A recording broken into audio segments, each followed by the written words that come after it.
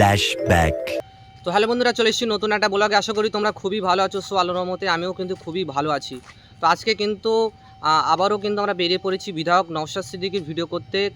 আর আজকেই আসছেন বিধায়ক নওশাদ সিদ্দিকী হাতিশালার ওখানে। আপনারা দেখেছেন যে এক ভাইকে বেধড়ক মারধর করেছিল টিএমসির কিছু গুন্ডারা। যাই হোক, তার নাম আমি জানি না অতটা। তো চলো ওখানে গিয়ে কী হয় আপনাদেরকে দেখাবো। আর যে যেখান থেকে দেখছেন ভিডিওটাকে বেশি করে শেয়ার করার চেষ্টা করবেন। আর এখনও যারা সাবস্ক্রাইব করেনি সাবস্ক্রাইব করুন। তো চলো ফুল ভিডিওটা দেখতে থাকো। A few moments later.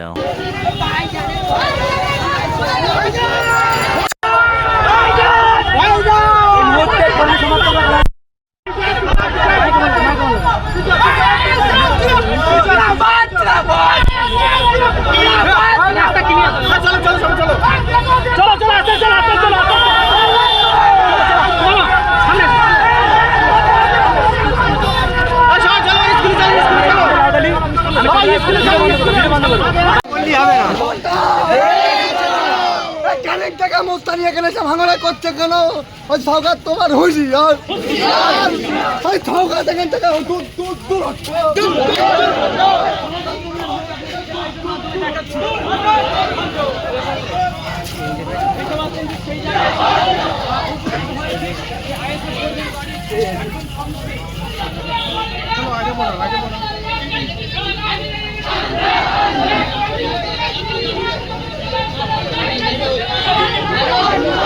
অত কাজে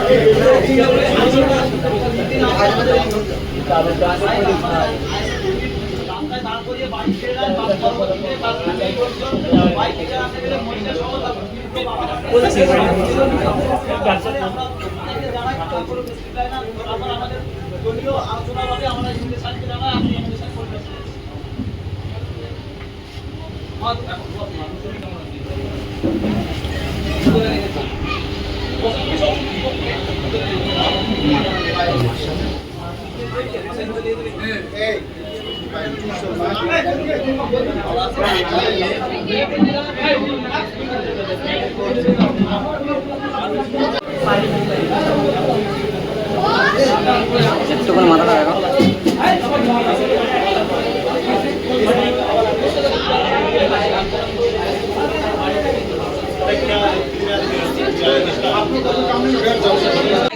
ভালোবাসে অপরাধ এটাই, গণতন্ত্র প্রতিষ্ঠা করতে চাই, শান্তির ভাঙড় করতে চাই। সেই জন্যই যারা অন্ধকার জগতের প্রাণী তারা সহ্য করতে পারে। এই ছেলে শুধু নয়, এর বৃদ্ধ বাবা মা পরিবারের মহিলা সদস্যদেরকেও বাদ দেয়নি। পুলিশের যে ভূমিকাটা হওয়া দরকার, দুর্ভাগ্য আমাদের সেই নিরপেক্ষতা পায়নি পুলিশের কাছ থেকে। হাতিশালা থানার আন্ডারে এটা পড়ছে, কাছে এখানে একটা আউটপোস্ট আছে। তারপরেও যে যারা মহিলাদের উপর আক্রমণ করলো, বৃদ্ধকেও ছাড়লো না। বৃদ্ধ মহিলাটি ভয়ঙ্কর অবস্থা, একজন হসপিটালাইজ ছিল। এদের বিরুদ্ধে প্রশাসন কিছু ব্যবস্থা গ্রহণ করে। তা বলে যারা অন্যায় করেছে আমরা মারের বদলাতে মার দিতে বলতে পারি না, সেই রাজনীতি আমরা করি না। আমরা আইনের দ্বারস্থ হয়েছি, আমরা কোর্টে গিয়েছি, সব ডকুমেন্টস মেডিকেল ইনজুরি রিপোর্ট সহ আমরা জমা করেছি। বারবার এই আক্রমণ আমরা মেনে নেব না। আমরা আশা করব কোর্টের মাধ্যমে যারা সমাজবিরোধী, যারা দুষ্কৃতী, তাদেরকে আমরা টাইট দেবো। আর তারা যদি মনে করে শওকত মোল্লার হাত মাথায় আছে, বলে রাখি শওকত মোল্লা আগামী দিনে কোথায় লুকাবে সেই জায়গায় সে এখন থেকে খুঁজছে। এরকম তাদের বলে যাচ্ছি, শওকত মোল্লা কোথায় লুকাবে তার জায়গা এখন থেকে খুঁজছে। কোন দল সে করবে আগামী দিনে 2026-এর পরে সে এখন থেকে ঠিক করছে, কারণ তার দল বদলানো অভ্যাস আছে। 2011 সালে পালা বদলের পরে সেও তার গায়ের জার্সি বদলে দিয়েছিল। আর যারা শওকত মোল্লার কথা শুনে এই ধরনের হামলা করছেন তাদের উদ্দেশ্যে বলছি, শুধরে যান, না হলে আইনের মাধ্যমে এমন টাইট দেব কেউ আপনাকে কিন্তু তখন রক্ষা করতে পারবে না। এটুকু মাথায় রাখবেন, এটুকু মাথায় রাখবেন। যারা হামলা করেছে তাদের থেকে বড় নেতা কিন্তু আরাবুল ইসলাম ছিল। আমাদেরই পেনের খোঁচাতে সর্বপ্রথম অ্যারেস্ট হয়েছিল, সেটাকে মাথায় রাখবেন কিন্তু আপনারা। ভাইজান, আইন কি শুধু বিরোধীদের জন্য? আইএসএফ করলে জেল কাটতে হচ্ছে, মার খেতে হচ্ছে, এটা আইনের শাসন চলছে না, শাসকের আইন চলছে বলে এটা হচ্ছে। এটার থেকে তো পরিত্রাণ পেতে চাইছি।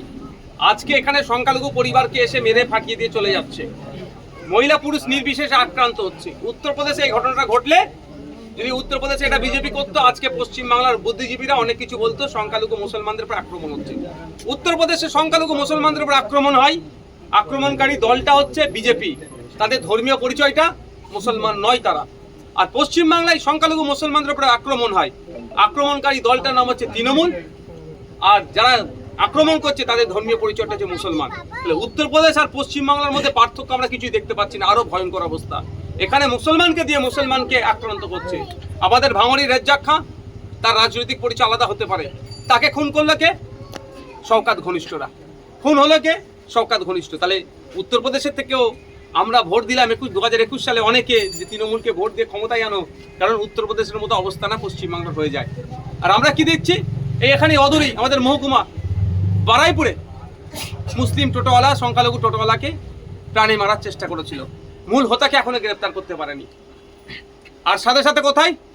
আপনার দুর্গাপুরে বৈধ কাগজপত্র থাকার পরেও গোরক্ষক বাহিনীরা, বিজেপির নেতারা, বিজেপির যুবনেতা একজন, সে প্রাণে মারার চেষ্টা করেছিল, সেখানেও মূল অপরাধীকে ধরতে পারেনি। তাহলে এখানে উত্তরপ্রদেশ, মধ্যপ্রদেশ, অসমে, গুজরাটে যেটা হয়, মহারাষ্ট্রে যেটা হয় বিজেপি পরিচালিত রাজ্যগুলোতে, পশ্চিমবাংলায় আজকে সেই দিন দেখতে পাচ্ছি।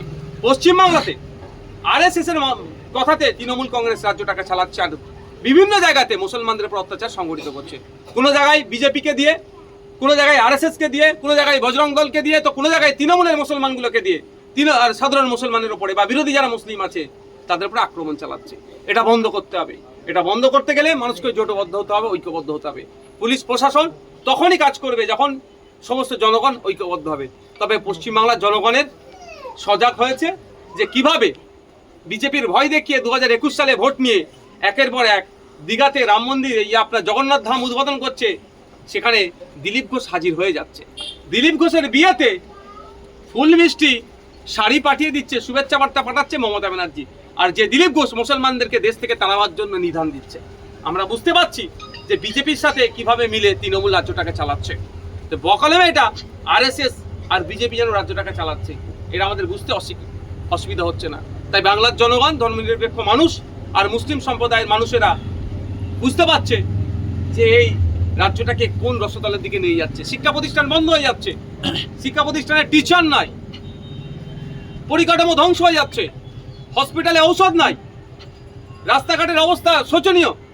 আমাদের এই 6 লেন থেকে আপনার গুজরাট পর্যন্ত রাস্তা দুরবস্থা।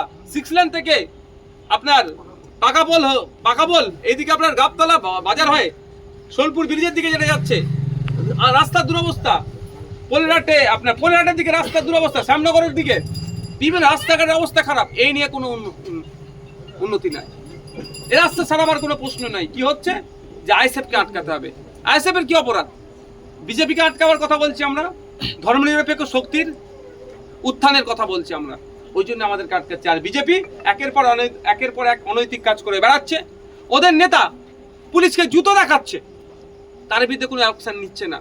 আর আমাদের কর্মীর বাড়িতে ঢুকে মেরে যাচ্ছে, পুলিশ সেখানে যারা মারছে তাদের বিরুদ্ধে ব্যবস্থা গ্রহণ করছে না। এটা বোঝা যাচ্ছে তৃণমূলের ক্ষেত্রে ইনঅ্যাক্টিভ, বিজেপির ক্ষেত্রে ইনঅ্যাক্টিভ, আর আইএসএফ এর বা বিরোধীদের ক্ষেত্রে, অন্যান্য বিরোধীদের ক্ষেত্রে একদম ওভার অ্যাকশন নিচ্ছে। এগুলো আমরা বন্ধ করব। সময়ের সাথে আপনাদের এখানে কথা দিয়ে যাচ্ছি, যারা অন্যায় করছে, অন্যায়কারীরা ছাড় পাবে না। ভাঙড়ে শওকাত ঘনিষ্ঠ একেবারে যে বাইক ছিনতাইয়ের অভিযোগ উঠছে, আইএসএফ নেতা কর্মীর বাইক ছিনতাই করেছে এবং পাইপ চুরির অভিযোগ সেই ভাঙড় বিধানসভাতে শওকাত মোল্লা আসার পরে এইসব চুরির একেবারে ভাঙড়ের নাম বদনাম হচ্ছে। দেখুন, একটা কথা বলি, যারা তৃণমূল কংগ্রেসের নাম লিখেছে, কিছু মানুষ ভালো আছে আর অধিকাংশ মানুষ কিছু না কিছু অন্যায়ের সাথে যুক্ত। তৃণমূল ঘনিষ্ঠ শওকতের ডান হাত রাকেশ রায় চৌধুরী শুনলাম মন্দিরের জায়গা দখল করে ওর বাড়ি করেছে। 1 নম্বর খতিয়ানের জায়গা কেড়ে নিচ্ছে, সরকারি জায়গা, এগুলো বন্ধ করতে হবে।